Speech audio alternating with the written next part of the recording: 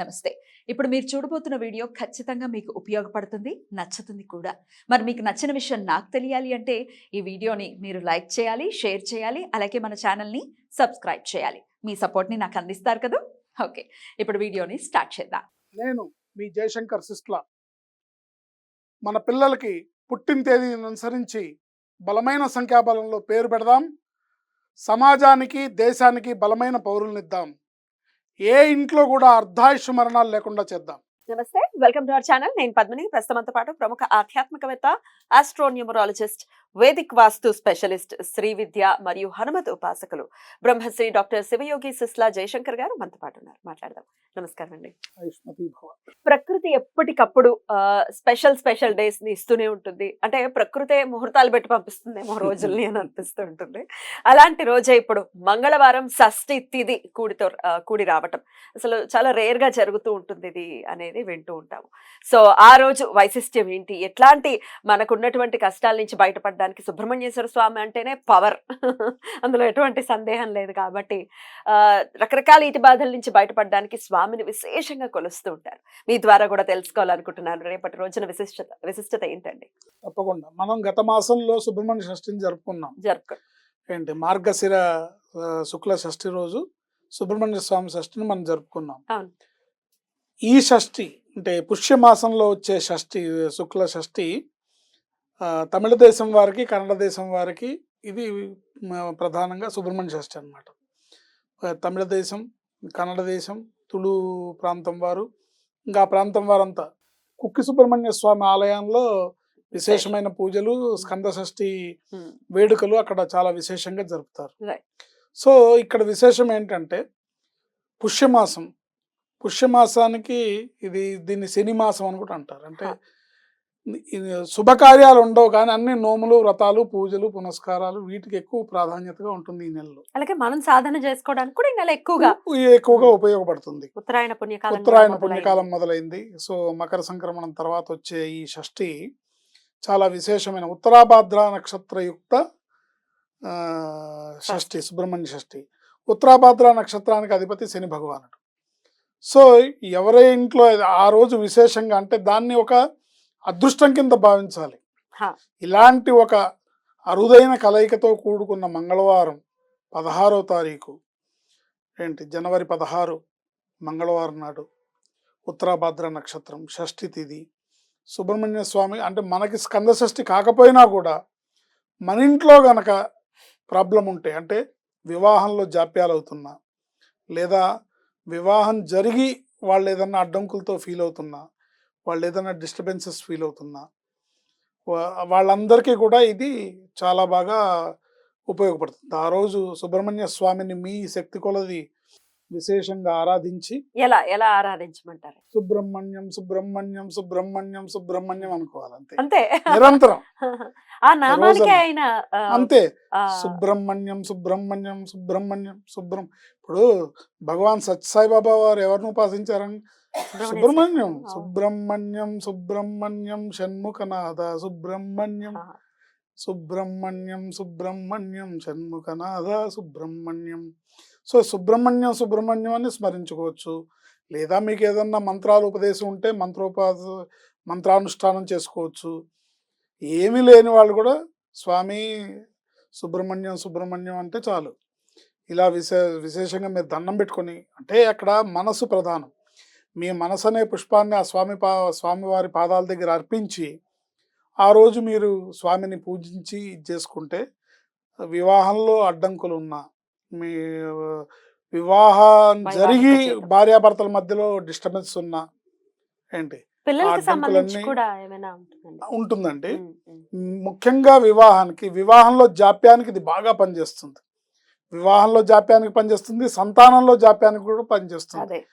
So ఆ రోజు మీరు ఏం చేయాలంటే, ఎవరైనా సరే సుబ్రహ్మణ్య స్వామిని ఆరాధించి, మీ శక్తి కొలది ఆరాధించి, నువ్వులు బెల్లము కలిపిన చింబిరిని నివేదించాలి, దాన్ని పంచిపెట్టాలి. నువ్వులు బెల్లం. చింబిరి అంటే అందరికి అర్థం కాదు. నువ్వులు బెల్లం కలిపిన మిశ్రమాన్ని అందరికి పంచిపెట్టాలి. తీసుకోవాలంటే భయపడుతూ ఉంటారండి జనాలు, నువ్వులు తీసుకోవాలంటే. ఇప్పుడు భయపడే వాళ్ళకి మనం ఏం చెప్తామండి? ఏంటి ఉమ్.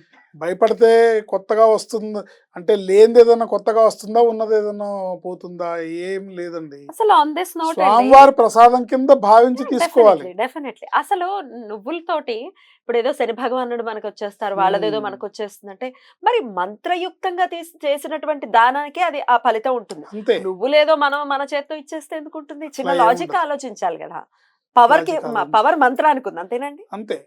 మంత్రంతో పాటు ఈ వస్తువుని జోడించి ఎగ్జాక్ట్లీ దాన్ని దానం ఇచ్చినప్పుడు మాత్రమే ఫలానా కామ్యానికి ఈ ఈ పదార్థాన్ని నేను దానం ఇస్తున్నాను,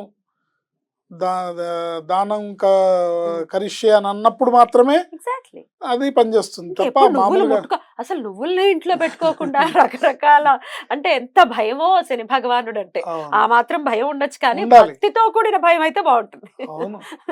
అంటే శని భగవానుడు ఎంత మేలు చేస్తాడో కూడా వాళ్ళకి తెలియదుగా. తెలియదుగా. ఆయన ఎంతో మేలు చేస్తాడు. ఎగ్జాక్ట్లీ అది మనం పద్ధతిగా ఉండి మనం క్రమశిక్షణలో ఉంటే ఆయన చేసినంత మేలు ఎవరు చేయలేరు. ఎగ్జాక్ట్లీ ఆయన ఇచ్చినంత సంపద ఎవరు ఇవ్వలేరు. ఆయన ఇచ్చినంత విజయం ఎవరు ఇవ్వలేరు. ఏంటి సో ఆ నువ్వులు చిమ్మిరి కలిపిన మిశ్రమాన్ని నివేదించి పంచిపెడితే అది ప్రసాదం అవుతుంది. మనం తింటే అది ఆహారం, నివేదించి పెడితే అది ప్రసాదం. కరెక్ట్. ఏంటి సో దాన్ని నివేదించి పెట్టాలి. ఇంతేకాకుండా వివాహం మాకు ఎన్నో సంబంధాలు చూస్తున్నామండి. మాకు ఎట్లా చూసినా కూడా ఎన్ని సంబంధాలు చూసినా పిల్లాడు నచ్చితే, సంబంధం నచ్చితే వాళ్ళ జాతకం కుదరట్లేదు, లేదా జాతకం కుదిరితే మిగతావి నచ్చట్లేదు. ఎన్ని చూస్తున్నామో మాకు తెలియదు. అన్ని ప్రాంతాల వారిని అక్కడికి మేము శాఖాభేదం కూడా అన్ని వదిలేసి ఇంకా శాఖాభేదాల్లో ఉన్నాం అంటారు. అంటే చెప్పేవాళ్ళు నా దగ్గరకు వచ్చి చెప్తారు కదా. సో అది కూడా వదిలేసి చూస్తున్నామండి. ఆడపిల్ల అయితే చాలండి అనేవాళ్ళు ఉన్నారు సార్. ఉన్నారు. కాకపోతే అన్ని అంటే ఎన్నిటికో కాంప్రమైజ్ అయ్యి మేము అంగీకరించినా కూడా సెట్ అవ్వట్లేదు వివాహం ఉన్న వాళ్ళకి.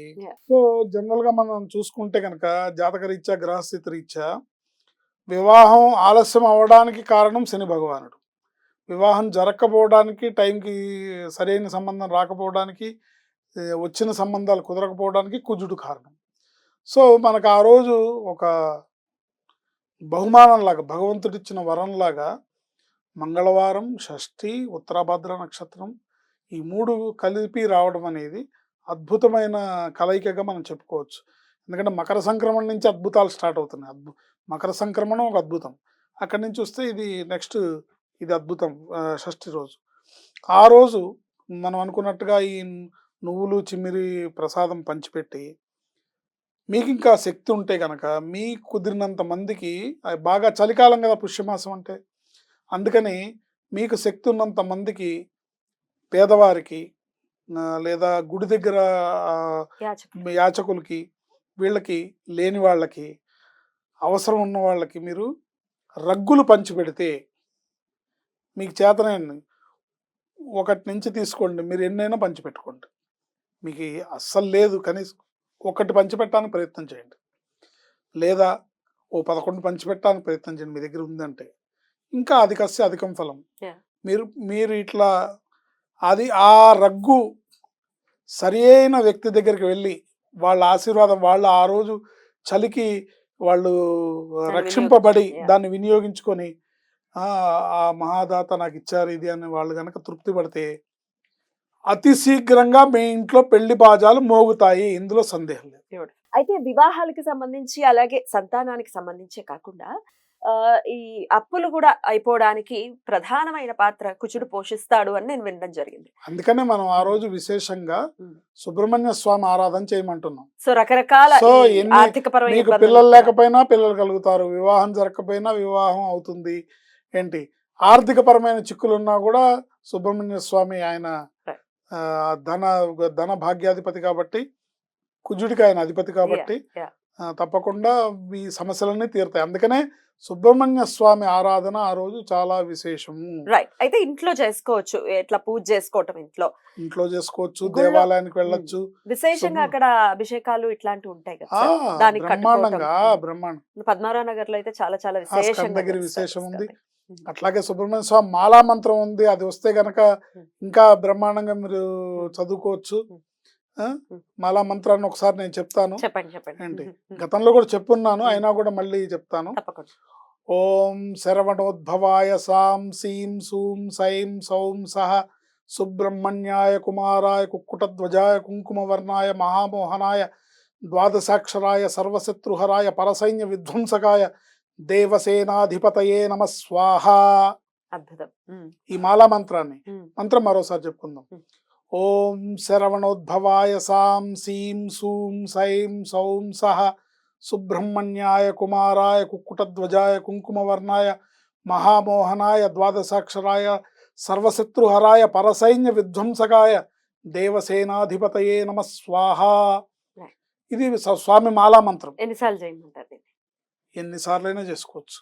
9 సార్లు మినిమం. 9కి తగ్గకుండా చేసుకోవాలి. 9 సార్లు చేసుకుంటే అద్భుతమైన ఫలితాలు ఉంటాయి. ఏమీ రాదు. సుబ్రహ్మణ్య సుబ్రహ్మణ్య సుబ్రహ్మణ్యం సుబ్రహ్మణ్యం సుబ్రహ్మణ్యం సుబ్రహ్మణ్యం అనుకోవచ్చు. రైట్ అండి. పిల్లల పెళ్లిళ్ళు అవ్వట్లేదు అనేది డెఫినెట్ గా బెంగ తల్లిదండ్రులకి ఉంటుంది. మా పిల్లలు మాట వినట్లేదు, పెళ్లి చేసుకోవాలనుకోవట్లేదు అనే సెట్ ఆఫ్ పీపుల్ కొంతమంది ఉంటే, కుదరట్లేదని కొంతమంది అంటూ ఉంటే, అసలు ఈ ఈ రకరకాల ఇబ్బందులు పెళ్లికి సంబంధించి పేరెంట్స్ ఎక్కువగా చూస్తున్నారు. అయితే చాలా ప్రేమతో వచ్చేటటువంటి ప్రశ్న ఇది. వాళ్ళకి పెళ్ళవటం కోసం మేము ఆరాధన చేయొచ్చా అని పేరెంట్స్ అడుగుతున్నారు. దానికి మీ సమాధానం? చేయొచ్చు, ఇక తప్పదు. ఎందుకంటే మీ బాధ చూసైనా దేవుడు వాళ్ళకి తొందరగా పెళ్లి చేస్తాడేమో. మీ బాధ చూసైనా సరే. ప్రేమతో వచ్చే ప్రశ్నే కదా. అదే, అంటే ప్రేమతో వచ్చే ప్రశ్నే. కానీ ఇక్కడ సింపుల్ లాజిక్ ఏంటంటే, మీ అమ్మాయికి ఆకలిస్తే మీరు భోజనం చేస్తే అమ్మాయి కడుపు నిండుతుందా? నిండదు. సింపుల్.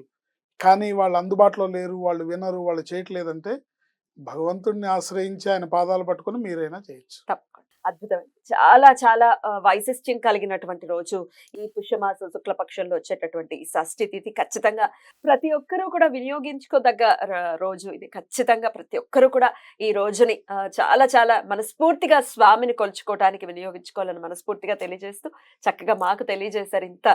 ఇన్ని విశేషాలు ఉన్నాయి, ఇలా చేసుకోండి అని. చాలా చాలా కృతజ్ఞతలండి. నమస్కారం. ఆయుష్మతి భవ.